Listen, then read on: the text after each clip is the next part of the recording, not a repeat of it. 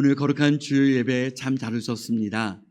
하나님 아버지의 크신 은혜와 축복이 우리 모든 성도님들 위해 충만하게 함께 하시길 바랍니다.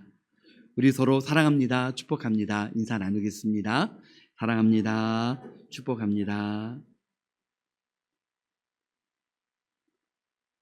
우리가 함께 읽은 본문 에베소서의 말씀은 놀라운 하나님의 은혜에 대해 기록해 놓은 말씀입니다. 우리에게 임한 하나님의 은혜가 무엇인지, 그 은혜가 우리를 어떻게 변화시켰는지, 그리고 그와 같은 하나님의 은혜가 우리에게 밀려왔다면 은혜 받은 사람으로서, 하나님의 자녀로서 어떻게 살아야 되는지에 대한 답을 주고 있습니다. 특별히 에베소서 1장의 말씀은 하나님이 어떤 분이신지, 하나님의 자녀가 누구인지를 말하고 있습니다. 사도 바울은 에베소서 말씀을 기록하면서 자기 자신에 대해서 어떻게 소개하고 있습니까? 하나님의 뜻으로 말미암아 그리스도 예수의 사도된 바울이다 라고 그렇게 소개하고 있습니다. 바울에게 바울 되기 전의 이름이 무엇입니까? 사울입니다. 사울은 큰 사람이라는 뜻이고 바울은 작은 사람이라는 뜻입니다. 사울은 예수님을 믿기 전에는 예수님을 믿는 사람들을 핍박하는 사람이었고, 초대교회에 스데반 집사님이 순교할 때 앞장섰던 사람이 사도 바울이었습니다. 예루살렘에 있는 교회들을 핍박하기 시작했고, 사울은 거기에 그치지 않았습니다. 다른 지역으로 피해가는 그리스도인들을 핍박하기 위해서 다메섹을 향해 쫓아갔습니다. 그런데 그 다메섹에 거의 다 이르렀을 때에 놀라운 일이 그에게 임하였습니다. 말을 타고 가는 그 사울에게 하늘에서 엄청나게 밝은 빛이 쏟아져 내린 것입니다. 해가 가장 밝을 그 시간에 다른 빛이 쏟아졌는데 해보다 그 빛이 너무나 강렬해서 사울은 그 자리에서 시력을 잃어버렸습니다. 그리고 땅에 꼬부라져 버렸습니다. 땅에 쓰러져 있는데 하늘에서 소리가 들립니다. 사울아, 사울아, 네가 어찌하여 나를 핍박하느냐. 너무 놀라서 사울은 소리를 칩니다. 주여, 늦이 오니까. 그때 하늘에서 들리는 목소리는 나는 내가 핍박하는 예수라. 그날 이후 사울은 앞을 보지 못하고 음식을 먹지 못하는 가운데 하나님의 부르심을 받았습니다. 바울은 자신이 사도가 된 것은 하나님의 뜻이었다, 하나님의 은혜였다고 고백합니다. 여러분, 은혜가 무엇입니까? 받을 자격이 없는 자에게 거저 주시는 하나님의 호의, 그것이 바로 하나님의 은혜입니다. 5절 말씀에 보면 그 기쁘신 뜻대로 하나님의 기쁘신 목적을 따라서 바울을 부르셨고 하나님의 자녀가 되게 하셨다는 것입니다. 사실 바울을 생각하면 어떻습니까? 예수님 믿는 사람들을 핍박하는데 앞장섰던 사람이었습니다. 바울을 생각하면, 특별히 변화되기 전 사도 바울을 생각하면 어떻습니까? 예수 믿는 사람들을 핍박했던 그 모습만 생각해도 두렵다는 생각이 들고 무섭다는 생각이 듭니다. 그러나 이와 같은 사람을 변화시켜 주신 분이 하나님이시고 하나님의 그 기쁘신 목적대로 사울을 부르셨고 하나님의 전능하신 능력으로 변화시켜 주셨습니다. 사도 바울에게 나타난 이 은혜는 하나님께서 주신 인생의 터닝포인트요, 삶의 혁명이 그에게 임한 것입니다. 이와 같은 은혜는 사도 바울은 말합니다. 내게만 주신 것이 아니라 예수님을 믿는 하나님의 자녀에게 주신 은혜임을 고백합니다. 저와 여러분에게 이미 이와 같은 은혜가 임한 줄 믿습니다. 에베소라고 하는 그 지역은 당시 소아시아의 수도였습니다. 무역의 중심지였고, 에베소 그곳에는 아주 큰 우상의 신전이 있었는데, 세계 7대 불가사의 중에 하나인 아르테미스 신전이 있었던 곳이 바로 에베소였습니다. 아르테미스 여신. 여러분, 당시에는 여신을 섬긴다는 것은 성적인 타락과 연결이 됩니다. 그렇다면 에베소 지역은 우상 숭배와 더불어 타락의 대명사로 알려졌던 곳이 에베소 지역입니다. 화려한 도시였지만 교회가 세워진다고 하는 것은 어려운 환경이었습니다. 그럼에도 에베소 교회의 성도들이 믿음의 꽃을 피울 수 있었던 그 이유는 예수 그리스도 안에 거했기 때문입니다. 예수님 안에 거한다는 것, 우리가 바로 예수님 안에 거하고 예수님이 내 안에 계신다는 것, 그것이 바로 하나님의 은혜가 아니겠습니까? 1장의 말씀에서도 읽다 보면 그리스도 예수 안에서라고 하는 말이 반복되고 있습니다. 에베소서 전체 말씀 속에서는 짧은 말씀임에도 불구하고 약 30번 정도 반복이 됩니다. 예수 그리스도 안에서, 예수 그리스도 안에서. 이 은혜가 얼마나 큰지, 얼마나 놀라운지 3절을 시작하면서 찬송하리로다 라고 고백합니다. 찬송하리로다. 3절부터 14절까지의 말씀은 우리말 성경에는 잘 나타나지 않지만 헬라어 성경을 보면 3절부터 14절까지의 말씀이 한 문장으로 연결되어져 있습니다. 202 단어, 202 단어로 된 그 단어들이 한 문장으로 되어져 있습니다. 그 당시에 존재했던 헬라어로 된 다른 일반 책들을 다 뒤진다고 해도 202 단어나 되면서 문장이 한 문장으로 된 곳은 성경의 이곳뿐이라고 합니다. 얼마나 감격했으면, 얼마나 마음속에서 터져나오는 그 찬송을 억누를 수 없는 영적인 만족감이 있었으면 찬송하리로다 라고 고백하면서 한 문장으로 써내려 갔겠습니까? 사도 바울이 찬송하리로다 그렇게 감격하며 찬송할 수 있었던 그 이유는 하나님 아버지께서 하늘에 속한 모든 신령한 복으로 우리에게 복 주신 사실을 알았기 때문에 찬송할 수밖에 없었습니다. 하늘에 속한 모든 신령한 복이 무엇입니까? 이 세상의 복과 구별되어져 있기 때문에 하늘에 속한 모든 신령한 복이라고 표현되어져 있습니다. 첫째는 4절 말씀에 보면 어떻습니까? 4절 말씀에 창세 전에 하나님께서 우리를 그리스도 안에서 택하여 주셨다라고 말씀하고 있습니다.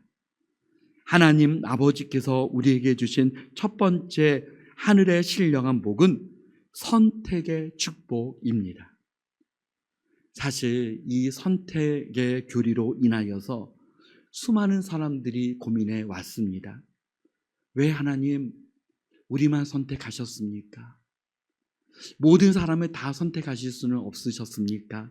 때로는 그와 같은 고민들이 수많은 크리스찬들에게 있었습니다. 그러나 이 선택은 논리적으로 명확하게 설명한 사람은 아무도 없습니다. 선택하신 분이 누구십니까? 하나님 아버지이십니다. 하나님이 나를 선택하셨습니다. 하나님께서 누구와 상의하신 것이 아니라 홀로 결정하신 것입니다. 하나님의 선택은 어떤 조건을 통해서 선택하신 것이 아니라 그럼에도 불구하고 선택하셨습니다. 오직 하나님의 사랑으로, 하나님의 주권적인 은혜로 선택하셨습니다. 마음에 숨겨진 더러운 생각이 많아도 하나님께 불순종한 그 모든 사실을 다 아심에도 불구하고 오직 하나님의 사랑으로 우리를 택하셨다라고 성경은 말씀합니다. 왜 우리를 선택하셨는가? 우리의 거룩함 때문이 아니요, 죄를 짓지 않아서가 아닙니다. 남보다 더 의로운 생활을 해서도 아닙니다. 오직 은혜입니다. 오직 사랑입니다. 그 은혜를 알았을 때 사도 바울은 찬송하리로다 라고 그렇게 찬송이 터져 나올 수밖에 없었습니다. 하나님은 택하신 하나님의 자녀들을 예수 그리스도를 믿게 하시고 우리의 죄와 허물을 다 예수 그리스도의 십자가의 보혈로 제 용서함을 베풀어 주셨습니다. 이것이 바로 하늘의 모든 신령한 복입니다. 여러분, 선택이라고 하는 것이 얼마나 여러분 위대한 사실입니까? 게리슨 케일러라고 하는 미국의 유명한 TV 스타가 있습니다. 그분이 어느 날 TV에 나와서 간증을 했습니다. 그는 어릴 때 몸이 아주 약했다고 합니다. 왜소한 체구에 쇠약한 몸으로 인해서 늘 열등감에 빠져 있었습니다. 그래서 케일러는 스포츠팀에 들어가는 것이 큰 소원이었습니다. 여러분, 우리나라의 학교에서도 그렇지만 미국의 학교에서는 더 어렸을 때부터 모든 사람들에게 운동을 다 시킨다고 합니다. 학생들에게 축구를 가르치고 야구를 가르치고 농구를 가르치고 풋볼을 가르치고, 그래서 케일러는 늘 운동을 잘하는 것을 원했습니다. 다른 운동은 잘 못할 것 같고 그래도 야구는 할 수 있을 것 같아서 야구 선수로 뛰고 싶다라고 하는 그와 같은 마음을 갖게 돼서 그의 아버지께 부탁을 해서 날마다 야구 연습을 했습니다. 시간이 흘렀습니다. 학교 선발팀을 뽑게 되는데 50여 명 중에 후보까지 합해서 정규 선수 15명을 뽑습니다. 석 달 동안 훈련시키고 테스트를 한 다음에 드디어 선수를 뽑는 날이 되었습니다. 이런 때 아이들이 모두 긴장하고 있는데 50명 중에 선수로 뽑히는 아이들이 호명이 됩니다. 그런데 15명 가운데 14명까지 해도 아직 케일러의 이름이 불려지지 않았습니다. 얼마나 조마조마했겠습니까? 다른 아이들은 그냥 온 친구들도 있을 것입니다. 그냥 야구를 해볼까? 그러나 케일러는 그 야구 선수에 뽑히기 위해서 몇 달 동안 열심히 연습을 했습니다. 그런데 자기의 이름이 14번째까지 올려지지 않은 그 순간 너무나도 실망을 했을 것입니다. 그러나 마지막 15번째 게리슨 케일러라고 호명되었을 때 그 감격, 그 슈퍼스타가 초등학교 4학년 때에 간증을 했는데 자신의 인생에 가장 기뻤던 순간이 바로 그때였다라고, 자신이 선택받았을 때였다라고 고백을 했습니다. 그런데 그 후에 그가 에베소서 1장 4절 말씀을 읽다가 더 큰 충격을 받았습니다. 어렸을 때부터 그냥 예수님을 믿고 하나님의 자녀가 되어 그냥 믿음 생활을 했었는데 어느 날 에베소서 1장 4절 말씀을 접하게 된 것입니다. 우리 같이 한번 에베소서 1장 4절을 읽어보겠습니다. 시작. 곧 창세 전에 그리스도 안에서 우리를 택하사 우리로 사랑 안에서 그 앞에 거룩하고 흠이 없게 하시려고. 아멘. 하나님이 나를 택하셨구나. 그 야구 선수 15명 안에 들어가기 위해서 그때도 그렇게 감격스러웠는데 그 수많은 지구상의 수많은 사람들 중에 하나님께서 나를 택하셨고 나를 부르셨구나. 하나님의 은혜와 이 사랑을 느끼는 순간 너무나도 큰 감격과 큰 충격을 받았다고 합니다. 이 은혜와 이 사랑을 저와 여러분이 이미 받은 줄 믿습니다. 두 번째는 우리는 자녀됨의 축복을 받은 사람들입니다. 하늘에 속한 모든 신령한 복은 5절 말씀에 그 기쁘신 뜻대로 우리를 예정하사 예수 그리스도로 말미암아 자기의 아들들이 되게 하셨으니, 자기의 아들들이 되게 하셨으니 자녀됨의 축복입니다. 원래 우리는 어떤 자녀였습니까? 에베소서 2장 2절 3절 말씀에는 우리 같이 한번 읽어보겠습니다. 그때에 너희는 그 가운데서 행하여 이 세상 풍조를 따르고 공중의 권세 잡은 자를 따랐으니 곧 지금 불순종의 아들들 가운데서 역사하는 영이라. 전에는 우리도 다 그 가운데서 우리 육체의 욕심을 따라 지내며 육체와 마음에 원하는 것을 하여 다른 이들과 같이 본질상 진노의 자녀이었더니. 아멘. 전에는 어떤 자녀였습니까?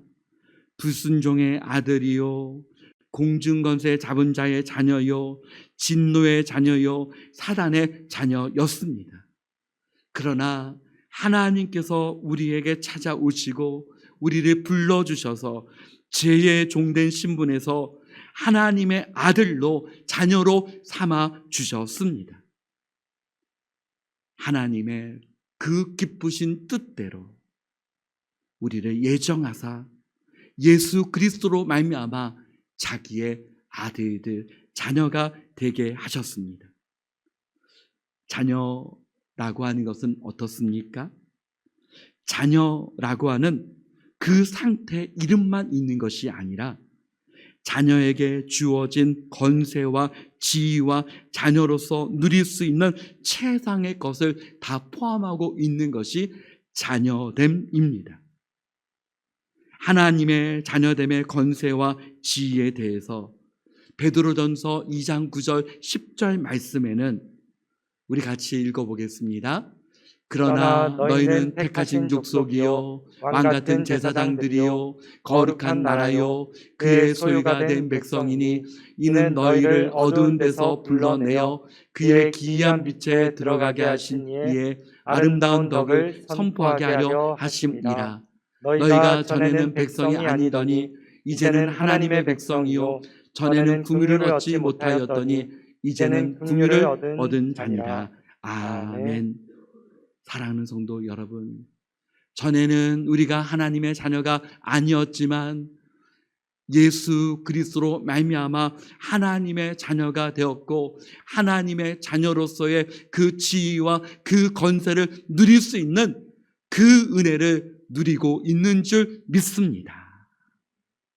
하나님의 자녀는 세상 속에 살고 있지만 동시에 하나님의 자녀로서의 지위와 권세를 지니고 살고 있는 존재, 하나님의 자녀입니다. 사도 바울은 기도하고 있습니다. 주님, 하나님의 자녀들이 자녀로서의 그 권세를 누리게 하옵소서. 여러분, 오늘 본문의 말씀에 사도 바울의 기도가 나오지 않습니까? 여러분, 기도하고 있는 그조차도 자녀됨을 누리는 것입니다.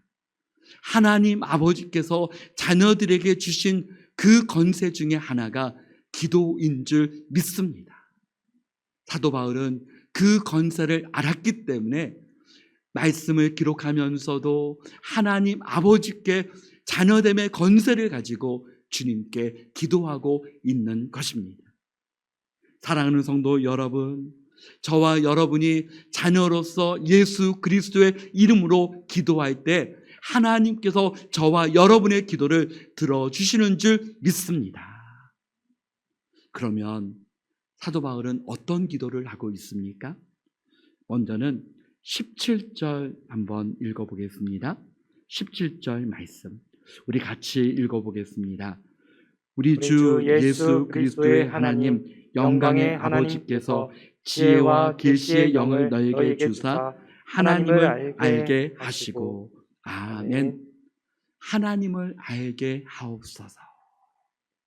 우리는 하나님을 압니다. 에베소서 교인들도 하나님을 압니다. 그런데 본문에서 하나님을 안다고 말을 할 때 피상적이고 지식적인 것만을 의미하는 것이 아니라 관계 속에서 하나님과의 그 관계 속에서 경험적으로 하나님을 더 깊이 있게 알아간다라고 하는 표현입니다. 여러분, 우리나라에서는 안다라고 하는 표현이 안다라고 하는 표현이 하나일 수 있습니다.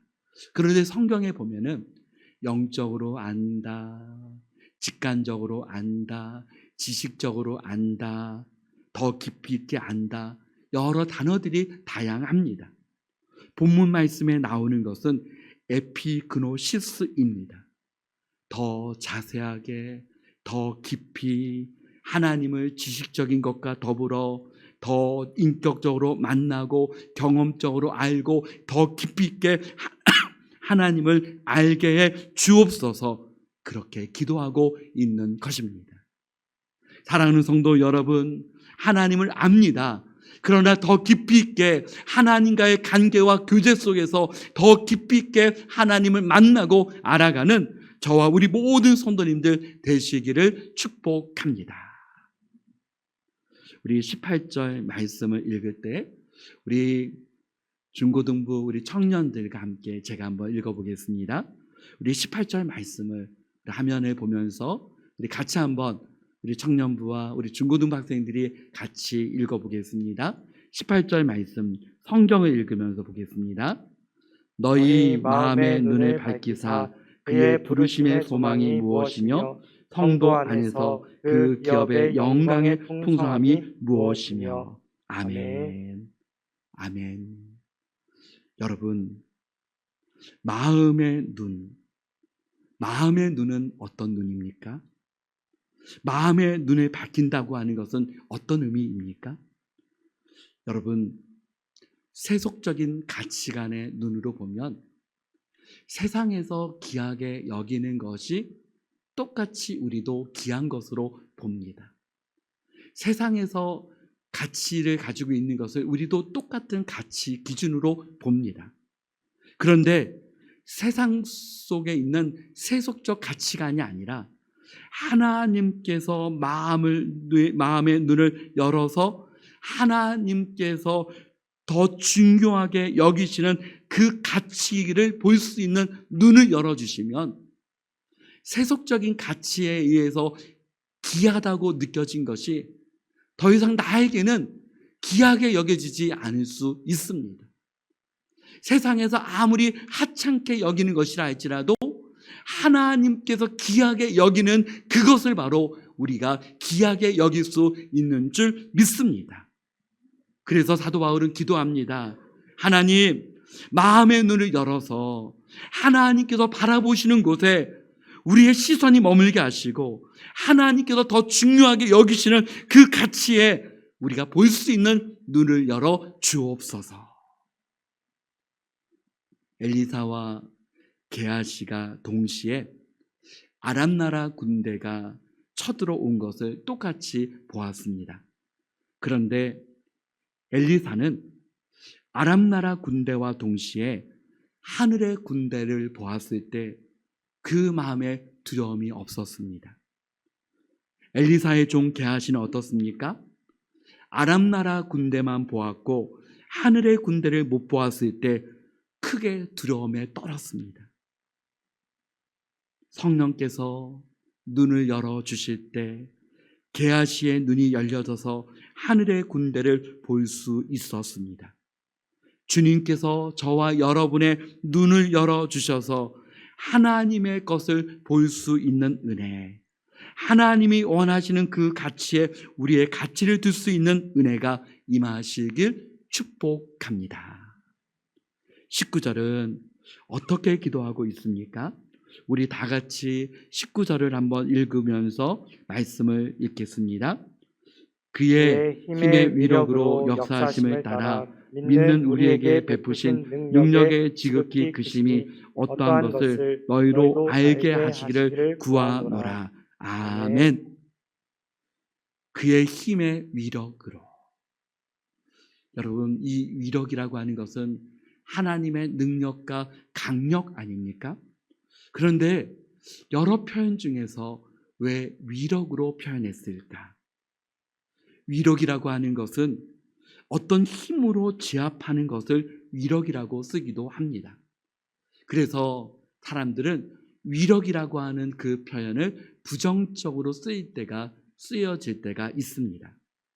그런데 왜 성경에 위력으로 쓰였을까? 내가 거부할 수 없는 능력이기 때문에 그렇습니다. 우리가 예수님을 믿은 것이 내 힘으로 믿었다면 사실 믿을 수가 없습니다. 내가 가진 가치 기준, 내가 가진 경험, 내가 가진 모든 것들을 볼 때 우리는 사실 예수님을 믿을 수 없는 존재들입니다. 그러나 여러분, 우리가 예수님을 믿게 된 것은 무엇입니까? 하나님께서 내 마음을 붙들어 주셨고 내 마음을 움직여 주셨고 내 눈을 열어 주셔서 하나님을 볼 수 있는 은혜를 주셨기 때문입니다. 그러므로 위력입니다. 하나님의 그 크신 힘과 그 크신 능력으로 그 은혜로 말미암아 나를 전적인 하나님의 은혜 속으로 붙들어 주셨기 때문에 하나님의 자녀가 된 것입니다. 사랑하는 성도 여러분, 하늘에 속한 모든 신령한 복은 이미 하나님께서 저와 여러분에게 주셨습니다. 하나님께서 주신 그 은혜가 얼마나 큰지를 하나님의 말씀을 통해서 기도하는 가운데, 예배하는 가운데, 우리의 모든 삶을 통해서 하나님의 그 크신 하늘의 모든 신령한 복을 누릴 수 있는 은혜가 저와 우리 모든 성도님들에게 임하기를 예수님의 이름으로 축복합니다. 아멘.